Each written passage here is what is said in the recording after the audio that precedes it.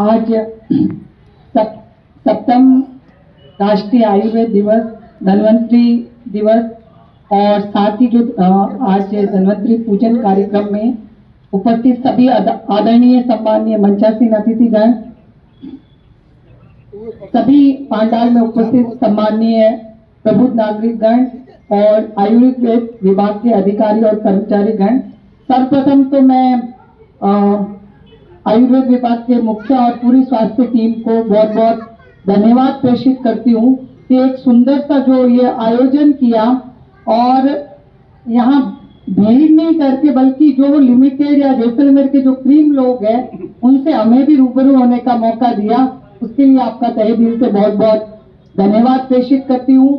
पूर्व वक्ताओं ने सारी मोटी मोटी और सारी चीजें जो रखी, वास्तव में जो आयुर्वेद है, जैसा कि अपन कहेंगे कि एक शायद आप में से काफी लोग यहाँ बड़े हैं, आपके और मेरे जन्मने के बाद भी शायद ऐसी कोई चीज नहीं हुई जिसके कारण विश्व रुक गया। कोरोना ऐसा था जहां बात करते थे कि ये देश विकसित है, ये विकासशील है, ये अविकसित है, पूरे विश्व को उस बीमारी ने रोक दिया। और उस समय शायद जहां सबने देखा वो आयुर्वेद था कि अपन सबने कि देखा कि कैसे इस चीज पे रोक लगाई जाए, कैसे कमी लाई जाए। तब बातें आई कि हमें गिलोय की, तुलसी की या आयुर्वेद की, दिनचर्या की, खान पान की, योग की, तो यानी चाहे विश्व कितना भी बढ़ जाए, तकनीक पे पहुंच जाए, आयुर्वेद का जब तक सृष्टि है तब तक अपना महत्व है। ये कोविड टाइम में अपन सबने महसूस किया और आज हम सब भाग्यशाली हैं जो इसकी जानकारी रखते हैं और इनसे जुड़े हुए हैं। और हमारा भी कर्तव्य बनता है कि इसको किस तरह, इस विभाग की जो योजनाएं हैं, जो कार्यक्रम है, उसको कैसे प्रचारित किए, कैसे प्रचार प्रसार करें। मात्र सरकार की जिम्मेदारी नहीं होकर, चाहे वो हम जनप्रतिनिधि के रूप में, समाज सेवी के रूप में, एक जागरूक नागरिक के रूप में हमारा भी दायित्व बनता है कि इस तरह की जो हमारे स्वास्थ्य से जुड़ी हुई है उस चीज को अपन ज्यादा से ज्यादा प्रचारित करें, आम जन तक पहुंचाएं और इसका स्वास्थ्य का अपन सभी लाभ लें। एक चीज जो डॉक्टर चंपा ने कहा वहां बीच में, इन स्वस्थ लोग भी आ सकते हैं, मतलब बीमार के लिए कई चीज है कि भी अपने, यानी ये सबके लिए है। और कई बार जो जितना मोटा मुझे इतना नॉलेज नहीं है आयुर्वेद का, अपन कहते हैं कि अभी मैं कुछ भूल गई तो डॉक्टर साहब बोलने लगे बादाम खाया करो, तो मैं तो रोज ही खाती हूँ, हमारे जहाँ टूर होते वहाँ बादाम मिल जाते 90%। तो जहाँ मुझे आयुर्वेद का आइडिया है कि अपन कितने भी महंगे फ्रूट, सब्जियां वगैरह जो भी खा लें, लेकिन जो जहाँ अपन जन्मे हैं, अगर वहां की चीज उगी अगर अपन खाते हैं तो शायद अपन स्वस्थ और निरोगी रहते हैं। अगर जैसलमेर में जाया जन्मा, अगर वो कैर, पीलू, सांगरी अपने या जो यहाँ पर जो भी अभी जो चौमासे में ग्वारफली है, खाकड़ी, मतीरा, ये खाए तो मेरे ख्याल से कोई बीमारियां जो यहाँ की उपजी हुई चीजें खाए तो 90%। कई लोग कहते हैं कि नहीं हम तो कड़ी जो चाय हमारे घर की, हम तो सिर्फ दही दूध या जो वो खाते हैं। पहले तो लोग सिर्फ खेत में जो चौमासे में बाजरी होती थी 12 महीने, जिसमें बिल्कुल केमिकल नहीं होता था, वो ही खाते हैं थे। लेकिन आज खान पीन में जैसा कि अध्यक्ष साहब ने भी बताया बहुत बदलाव हो गया है, लेकिन अपन कोशिश करनी चाहिए यहाँ की जो चीजें हैं। अगर अपन बात करें कि बीपी की, शुगर की, तो कैर की बात करते हैं, आप कैर खाओ, ये खाओ, फाकी खाओ, या नीम की बात करते हैं, नीम के 5 पत्ते खाओ, ये खाओ, यानी सब चीज इसी आयुर्वेद पे अपनी दिनचर्या स्वास्थ्य जुड़ा हुआ है।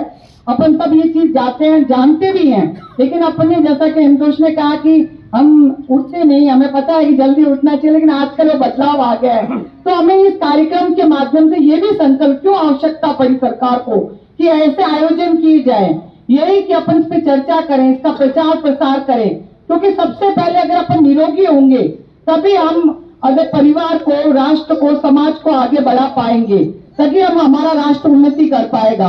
प्रथम हमारा स्वास्थ्य स्वस्थ होना जरूरी है। उन्हीं को देखते हुए शायद ये इसीलिए राष्ट्रीय आयुर्वेद दिवस बनाया जाने लगा। तो हमें भी उसे धरातल पर जिन उद्देश्यों से ये हम एकत्र हुए हैं और आयोजन हो रहा है उसे पूर्ण करने के लिए एक संकल्प लेना चाहिए।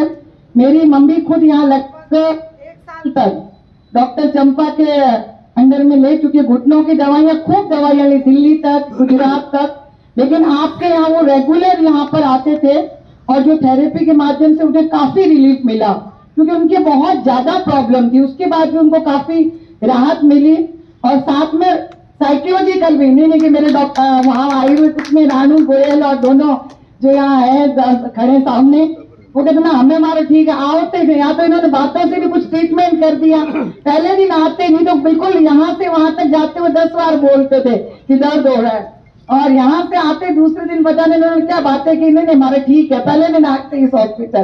तो कई बार अपन जो कहते हैं कि वो बोलने की थेरेपी भी काम कर जाती है। तो आज यहाँ पर जो महिलाओं के लिए, गर्भवती महिलाओं के लिए, धात्री महिलाओं के लिए, किशोरी बालिकाओं के लिए भी कई योजना स्टार्ट की गई है।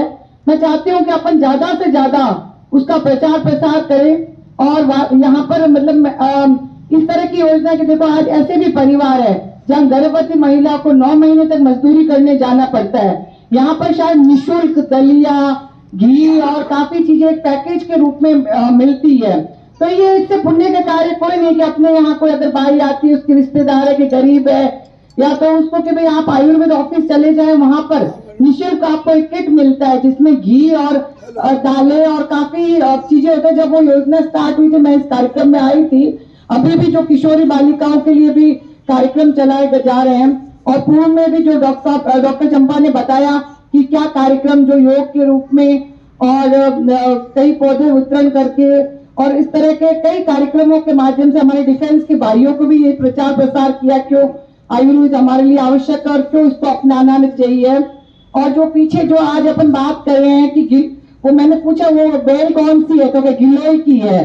तो अभी हाल ही में जो माननीय मुख्यमंत्री अशोक गहलोत साहब द्वारा 5 जो आयुर्वेदिक पौधों को निःशुल्क वितरण किया गया, तो लेकिन वो ये दिख कम रहे। मैं आप सबसे निवेदन करूंगी, अगर कोई पौधा अपन जयपुर, दिल्ली या कहीं से मंगवाते हैं तब तो बड़े चाव से उसका पूरा भरण पोषण करते हैं, लेकिन कोई चीज निःशुल्क मिलती है तो उसकी अपन कई बार कदर नहीं करते हैं। तो वो भी जो वास्तव में उसको प्रचार प्रसार होना चाहिए और उसको अपन को अपनाना चाहिए। तो शायद अपन इन जो सरकारी जो एक संदेश है जो चाहते हैं निरोग रखने के लिए, उसमें अपन सब भी उनका एक महत्वपूर्ण भूमिका निभा पाए। अंत में मैं इतना ही कहना चाहूंगी, माननीय अध्यक्ष साहब ने भी यहाँ से बात कही, चिरंजीवी योजना के लिए जो मंच पर विराजमान सभी जो जन है उनसे और आप सबसे भी कि चिरंजीवी योजना से अच्छी आज की तारीख में कोई भी स्कीम नहीं है। एक इससे बड़ा आज की तारीख में कोई पुण्य का कार्य भी नहीं है। तो मैं आप सबसे कहूंगी अपने आसपास जो भी लोग हैं और अपना स्वयं का भी और आसपास के लोगों का भी वो चिरंजीवी रजिस्ट्रेशन अवश्य कराएं। आंगनबाड़ी के एक कार्यक्रम में गई तो वो पास में जो सुपरवाइजर बैठी थी उसने कहा नहीं मेरे परिवार में ऑपरेशन था, शायद 1.5 से 2.5 लाख रुपए हमें जोधपुर जाके करवाना पड़ता, फिर पता चला माहेश्वरी में हो सकता है। और वो बोले हम सिर्फ हमारे घर यही था, वो यहीं रुके और 1 रुपया भी नहीं लगा, 1 रुपया भी।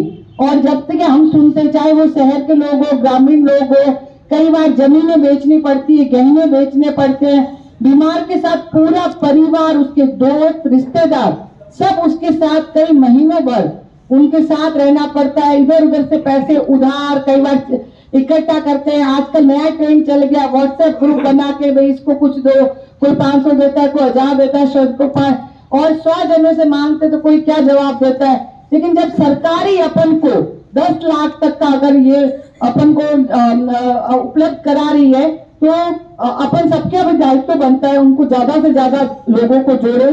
क्योंकि कई बार कोई दुर्घटना होने के बाद कहते हैं मैडम अब है ना 72 घंटे में ऐसा कोई प्रावधान है कि 24 घंटे में ऑनलाइन हो जाए और हमारा रजिस्ट्रेशन हो जाए।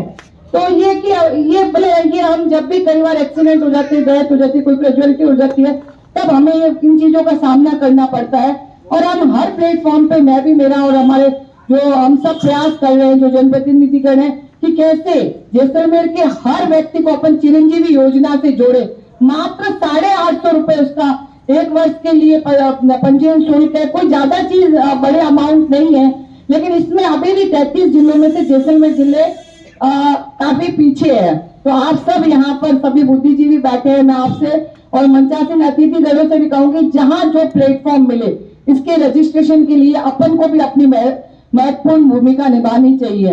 एक बार पुनः सभी जो आयुर्वेद के पूरी टीम, जो डॉक्टर एनतोष ने हर बीच बीच में हमें पूरा मार्गदर्शन भी दिया, हमें अपने विभाग के बारे में भी डॉक्टर चंपा और जो मुखिया है शर्मा जी, आपने बहुत सुंदर कार्यक्रम रखा यहाँ पर और हमें सबको एक दूसरे से रूबरू होने का और विभाग की चीजों के बारे में जो जानकारी दी, हम आपको पूरा विश्वास दिलाते हैं कि इसके प्रचार प्रसार में और यहाँ आपके विभाग के लिए हमारा कोई भी दायित्व या कर्तव्य, हमारे कोई जिम्मेदारी आप हमें सौंपेंगे तो हम एक परिवार के सदस्य के रूप में आपके साथ कार्य करेंगे। धन्यवाद। जय हिंद, जय भारत।